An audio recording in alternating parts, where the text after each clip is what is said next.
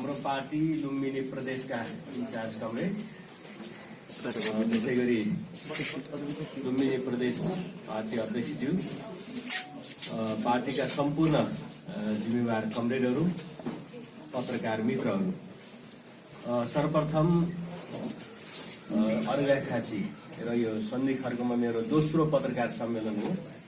एकपटक यो चाहिँ संहिताको दोस्रो पटकको यो चाहिँ संविधान संशोधन बेला निकै राप ताप थियो, त्यतिखेर यहाँ आफ्नो मौका मिलेको थियो।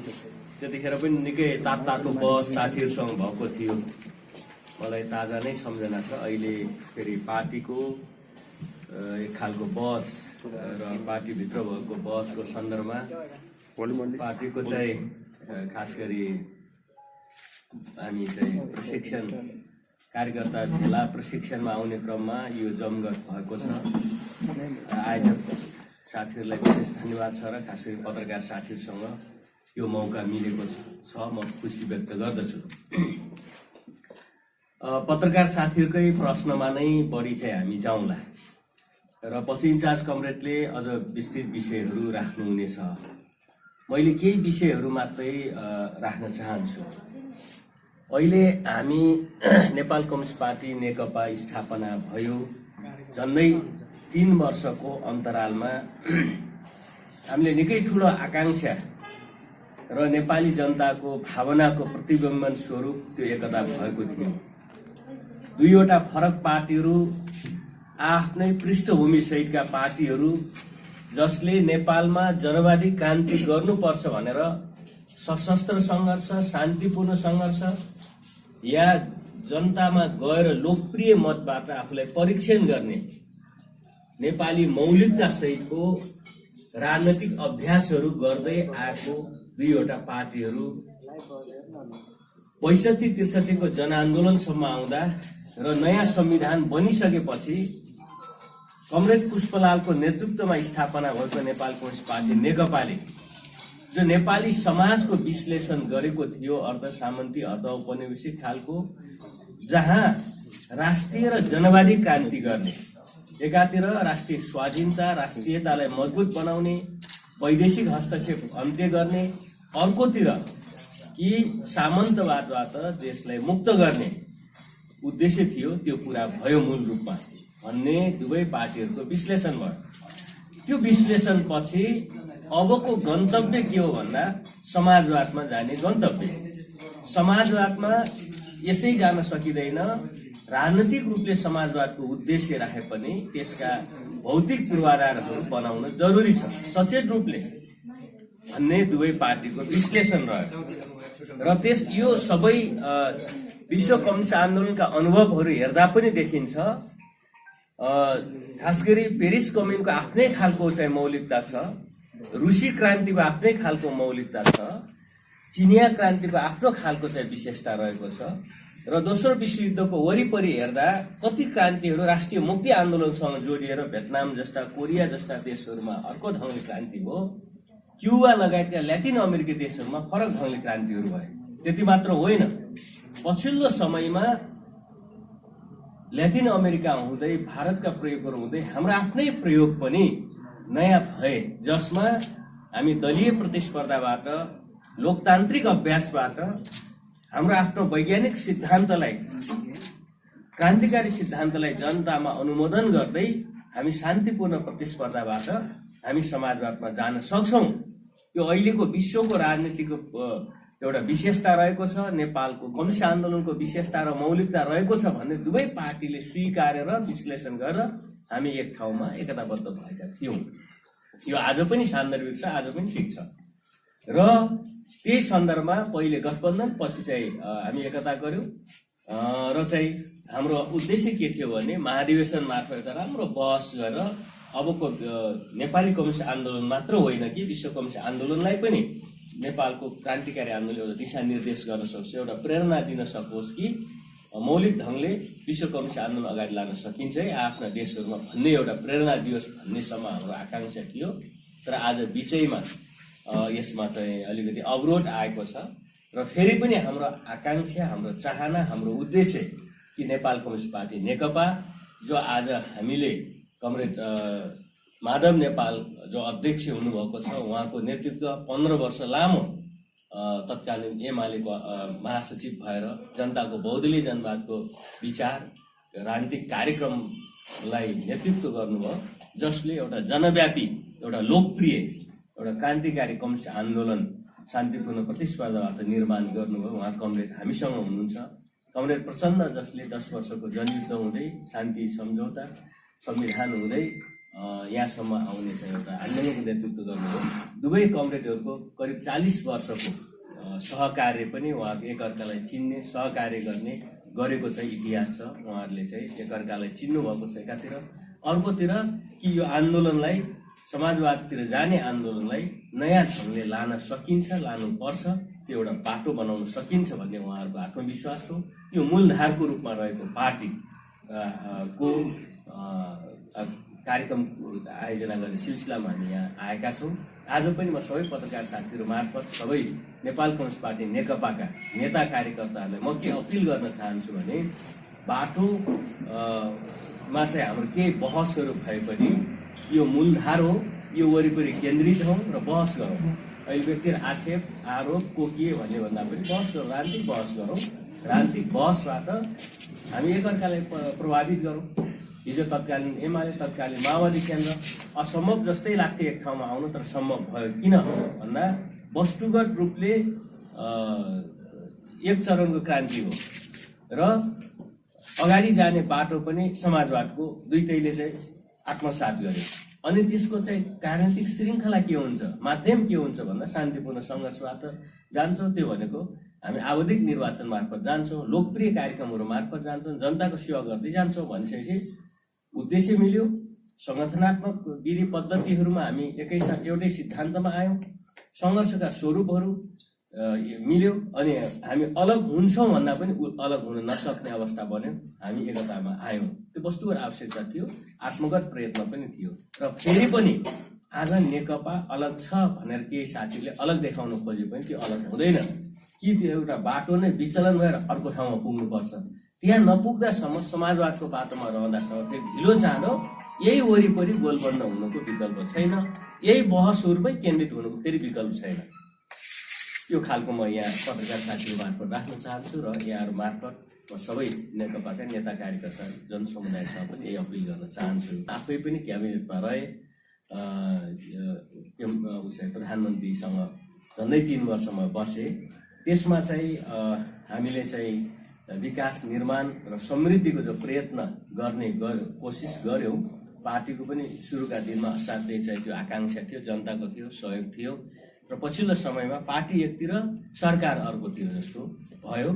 र त्यसमा चाहिँ खास गरी हामीले कम्युनिस्ट पार्टीले सरकार सञ्चालनमा सैद्धान्तिक रूपले कसरी नेतृत्व गर्ने, कसरी दिशानिर्देश गर्ने भन्ने कुरो एउटा छलफल बहसको विषय जस्तो पनि भयो। अन्तिममा चाहिँ प्रधानमन्त्री आफ्नै ठाउँले हिँड्ने अवस्था बनेपछि हामी त्यहाँ रहन सकेनौँ। 7 जना मन्त्री साथीहरूले यो त संविधानमाथि नै प्रहार भयो, अब हामी यहाँ सँगै रहन सक्दैनौँ भनेर राजीनामा दिएर निस्क्यौँ। यहाँ सबैलाई थाहा छ। त्यसो गर्दा त्यही पोइन्टदेखि फेरि समग्र पार्टीमा पनि एउटा ठुलो बहस भएको छ। र म यहीँनिर के राख्न चाहन्छु भने, के हामी फेरि पार्टीमा बहस भयो, विवाद भयो भन्दैमा अबको हामी गन्तव्यबाट विचलित भयौँ भन्दा भएका छैनौँ। अध्यक्ष कमरेडहरूले पनि बताइराख्नु भएको छ। हामी अब संसद पुनर्स्थापना गर्न फेरि हिजो जनतासँग 5 वर्षको लागि मागेको म्यान्डेट र बाँकी समयमा हामी त्यसैमा केन्द्रित भएर राष्ट्रिय पुँजी निर्माण गर्ने कुरो, विकास र समृद्धिको कुरो, सुशासनको कुरो र अन्ततः फेरि देशलाई एउटा समृद्ध बनाउने कुरोमा नेपाल कम्युनिस्ट पार्टी नेकपा विचलित छैन। त्यो प्रतिबद्धता छ।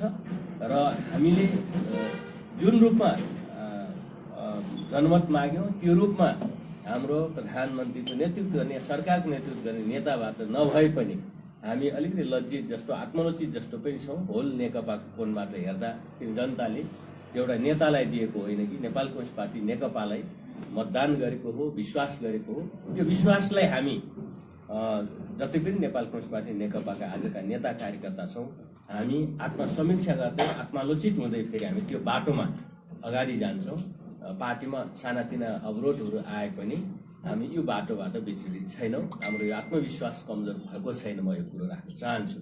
जहाँसम्म चाहिँ संविधानको बारेमा काफी बहस भइसकेको छ, पछि प्रश्नहरू भयो भने छलफल गरौँला। अब होल चाहिँ जनमत अब संसद पुनर्स्थापनातिर गएको छ। संसद पुनर्स्थापना भयो भने बल्ल फेरि संविधान ट्र्याकमा आउँछ, जनमत या अभिमत चाहिँ ट्र्याकमा आउँछ र हामीले स्थापना गरेको लोकतन्त्र जो चाहिँ हाम्रो चाहिँ एउटा समावेशी प्रकारको सहभागितामूलक लोकतन्त्र छ त्यो एउटा ट्र्याकमा आउँछ र 70 वर्षको हाम्रो राजनीतिक आन्दोलन त्याग बलिदान फेरि सार्थक हुन्छ। त्यसो हुन नसक्दा अब यो चाहिँ प्रतिगमनतिर जो अगाडि बढिरहेको छ त्यो अन्ततः एउटा कुनामा पुगेर फेरि एउटा चाहिँ जनताको आन्दोलनबाट करेक्सन गर्नुपर्ने ठाउँमा जाने अवस्था हुन्छ। अहिले यता सामान्य जस्तो तपाईँ बाउ सेटुङले एउटा सन्दर्भमा भन्नुभएको थियो, बाहिर र भित्र भने जम्मा एक स्टेपको चाहिँ फरक हो भन्नुभएको थियो। त्यसै जस्तो कि यहाँदेखि चाहिँ यो कुनादेखि त्यो ढोकासम्म जानलाई 20 स्टेप छ भने 19औं कदमसम्म भित्र हो, 20औं कदम भनेको कोठा बाहिर हो। फेरि त्यसो गर्दा चाहिँ अहिले हेर्दा सामान्य मात्रात्मक केही पनि नभए जस्तो लाग्न सक्छ मिडियाकर्मी साथीहरूलाई, तर यथार्थमा चाहिँ अहिले हालिएको कदम भनेको संविधान मिच्ने कदम, लोकतन्त्र मिच्ने कदम र प्रतिगमनतिरको कदम हो।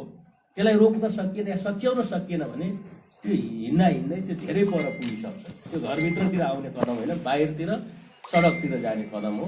त्यसो गर्दा चाहिँ यसलाई सबैको प्रयत्नबाट सच्याउन जरुरी छ। प्रतिगमन सचियो, असंवैधानिक कदम सचियो भने लोकतन्त्र बच्यो, जनताको अहिलेसम्मका चाहिँ त्याग बलिदानहरू बच्यो।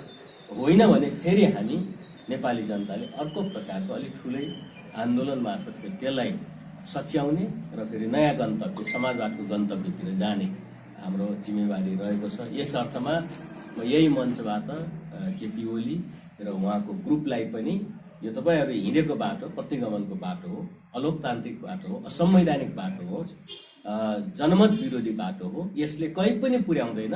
अब रोकिनुहोस्, रोकेर अब चाहिँ आफूलाई रिभ्यू गर्नुहोस्, करेक्सन गर्नुहोस्। त्यो नै आजको आवश्यकता हो। नेपाली जनताले चाहेको, नेपाल राष्ट्रले चाहेको कुरो र नेपाल राष्ट्रको हितमा पनि त्यो कुरो हुन्छ। नत्र विदेशीहरूको क्रीडा स्थल हुने आखिर हामीले देखिरहेका छ। ठुल्ठुला शक्ति राष्ट्रहरू बिचको सङ्घर्ष, चाहे अमेरिका चाइना, चाहे इन्डिया चाइना, र तिनीहरूको यो हाम्रो यो अस्थिरतामा यो प्रयत्नमा कहीँ पनि चासो छैन भन्ने हामी मान्न सक्दैनौँ।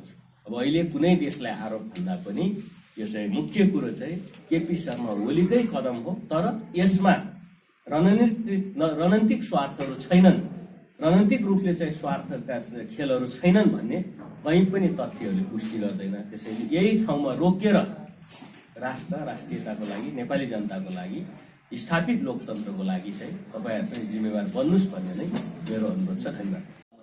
आउँदा हामी आएर औद्योगिक क्षेत्रको पनि गरौँ, अलिक कोसिस गरौँ भने चाहिँ हामीले औद्योगिक क्षेत्रको पनि अनुभव गऱ्यौँ। त्यसमा मूल रूपमा क्रस बोर्डर ट्रान्समिसन लाइनहरू बन्दै गरे। जस्तै हिजो मात्रै 650 मेगावाट विद्युत इन्डियाबाट ल्याइयो भनेको छ। 650 मेगावाट। हाम्रो पिक लोड कति छ भने 1400 मेगावाट। हामी एकदम पिक पोइन्टमा एकदम सबभन्दा धेरै डिमान्ड 1400 मेगावाट र 650 मेगावाट विद्युत हामीले ल्याएका छौँ इन्डियाबाट। भनेपछि लोड सेडिङ कसले अन्त्य गर्यो भन्दा मान्छे भन्दा पनि हामीले खरिद गरेर किनेर भन्ने आउँछ कि। त्यसैले त्यसो कुरोतिर गयो भने राम्रो हुँदैन। क्रस बोर्डर ट्रान्समिसनहरू, अन्तर्देशीय प्रसारण लाइनहरू बने, त्यो कहिले बन्ने, पिक टाइम कहिले पुग्यो र अलिक व्यवस्थापित मिलाइयो भन्दा मैले अघि बताइसकेँ त्यो टाइममा। र बाँकी औद्योगिक क्षेत्रमा म आइसकेपछि भयो। यो हो मेरो उहाँसँग अनुरोध के भने यसरी चाहिँ भइसकेको कुराको जस लिँदै हिँड्ने भन्दा पनि त्यो जस अरूले लिइसके, घटनाले पुष्टि गर्यो, आफूले नयाँ काम गर्ने, नयाँ काम गऱ्यो भने नयाँ जस आउँछ नि त। अहिले नेपालमा च्यालेन्ज के छ भने ऊर्जा क्षेत्रमा हामीसँग विद्युत बढी भएको छ। अब यसलाई बिक्री गर्ने, इन्डियामा बिक्री गर्ने भनेर मेरो समयमा कोसिस गऱ्यौँ। हामी कम्पिटिसन 2-3वटामा चाहिँ कम्पिट गऱ्यौँ, तर हाम्रो मूल्य बढी हो। इन्डियाको डिमान्ड सस्तोमा, हाम्रो महँगो भएर कम्पिटिटिभ भयो, प्रतिस्पर्धी नभएको हुनाले अब हामीसँग बिजुली बढी हुँदै गएको छ। बिक्री गर्ने ठाउँ छ इन्डियामा, बङ्गलादेशमा, तर महँगो भइरहेको छ। यसलाई सस्तो कसरी बनाउने, यसमा उहाँले काम गर्नुपर्छ। दोस्रो कुरो उहाँले काम गर्ने कुरो भनेको जस्तै अहिले चाहिँ मुख्य सहरहरूमा अलि असुरक्षित खालको वितरण लाइनहरू छ, त्यसलाई अन्डरग्राउन्ड गरेर सुरक्षित गर्ने, सहरको सौन्दर्य पनि बढ्छ, त्यो सुरक्षित पनि हुन्छ। त्योमा काम गर्छ। काठमाडौँको आधा हिस्सा त्यसमा गइसकेको छ। काठमाडौँ उपत्यका पुरै गर्नु छ। बुटोलदेखि भरतपुरदेखि विराटनगरसम्मका पोखरासम्मका मुख्य सहरमा त्यो प्लानिङ भएर अगाडि बढ्दैछ। अस्ति सुन्नमा आयो मिडियामा चाहिँ तोडमोड भएको कि साँच्चै बोलेको हो, त्यो अन्डरग्राउन्ड त खतरा हुन्छ, को मान्छे करेन्ट लाएर मर्छ भन्नु हो भने आदि एकदम त्यसो लज्जास्पद कुरो। त्यसो भयो भने एउटा ऊर्जा मन्त्रीले गर्ने कोसिस बजेट केन्द्रित गरेर सहरको सौन्दर्य पनि बढ्छ, त्यो अन्डरग्राउन्ड गर्दा चाहिँ सुरक्षित पनि हुन्छ, त्यता जानुपर्छ भन्ने ठाउँमा भइरहेकोमै त्यो चाहिँ त्यो हटाउँछु रोक्छु भन्यो भने त्यो चाहिँ प्रत्युत बाधक हुन्छ। किनभने एउटा ऊर्जा मन्त्रीको माइलेज भनेको तपाईँ विकसित देशहरूमा जानु कहीँ पनि तार देख्नुहुने बाहिर एकदम आनन्द राम्रो स्मुथ हुन्छ, त्यो खालको जानुपर्ने त्यतातिर हो। त्यसै गरी उहाँको प्राथमिकता हुन्छ यसरी गुटबन्दी गर्दै देशभरि हिँड्दै भन्दा मन्त्री भइसकेपछि अहिले फेरि लोड सेडिङ अघोषित लोड सेडिङहरू देखिसकेको छ। जुम्लामा त घोषितै रूपमा निस्केको छ। विभिन्न ठाउँमा अघोषित लोडको चाहिँ समस्या देखिएको छ लोड सेडिङको। त्यसलाई चाहिँ उहाँले म्यानेजरियल क्यापेसिटी देखाउनुपर्छ। हामीसँग बिजुली जति पनि छ, इन्डियाबाट पनि ल्याउन जति पनि सकिन्छ, हामीसँग प्रसारण लाइन छ, देशभित्रै पनि छ, त्यसलाई एकदम राम्रो लोड व्यवस्थापन गरेर सिस्टममा सुधार गरेर व्यवस्थापकीय क्षमता देखाएर उहाँले एकदम राम्रो सेवा दिन सक्नु, त्यो हो भने सबैले उहाँलाई चाहिँ स्याबासी दिन्छ। त्यो विगतमा भएका काम मेरो अर्को को भन्दा झन् आफै नै मान्छेको चाहिँ हँसी मजाक हुन्छ। मेरो सुझाव त्यो छ। धन्यवाद।